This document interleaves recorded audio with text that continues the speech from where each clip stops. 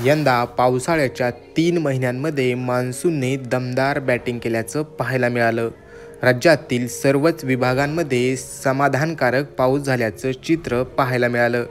तर काही विभागांमध्ये अतिवृष्टी देखील झाल्याचं आपण सर्वांनीच पाहिलं. 12 सप्टेंबरपासून राज्यात पावसाने विश्रांती घेतली आहे. तुरळक जिल्ह्यांमध्ये हलक्या सरी वगळता सर्वत्र स्वच्छ सूर्यप्रकाश पाहायला मिळत आहे.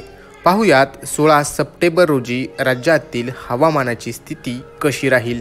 मुंबई शहर आणि उपनगरामध्ये अंशतः ढगाळ आकाश राहून हलक्या पावसाची शक्यता हवामान विभागाने वर्तवली आहे.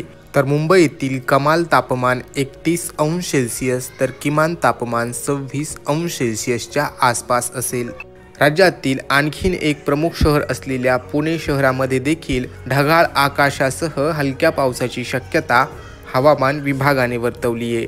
तर पुण्यामधील कमाल तापमान 28 अंश सेल्सिअस तर किमान तापमान 21 अंश सेल्सिअस एवढं असणार आहे. कोकण आणि पश्चिम महाराष्ट्रातील हवामानाच्या स्थितीचा आढावा घेतल्यानंतर आता येऊयात मराठवाड्याकडे. मराठवाड्यातील छत्रपती संभाजीनगरमध्ये स्वच्छ सूर्यप्रकाश असणार आहे. तर संभाजीनगरमधील कमाल तापमान हे 30 अंश सेल्सिअस तर किमान तापमान हे 20 अंश सेल्सिअसच्या आसपास असेल. कोकण, पश्चिम महाराष्ट्र आणि मराठवाड्यातील हवामानाच्या स्थितीचा आढावा घेतल्यानंतर आता पाहूयात उत्तर महाराष्ट्रामध्ये हवामानाची स्थिती कशी असणार आहे. उत्तर महाराष्ट्रातील प्रमुख शहर असलेल्या नाशिकमध्ये हवामान कोरडं असणार आहे. ढगाळ आकाशासह 1-2 हलक्या पावसाच्या सरी नाशिकमध्ये होऊ शकतात.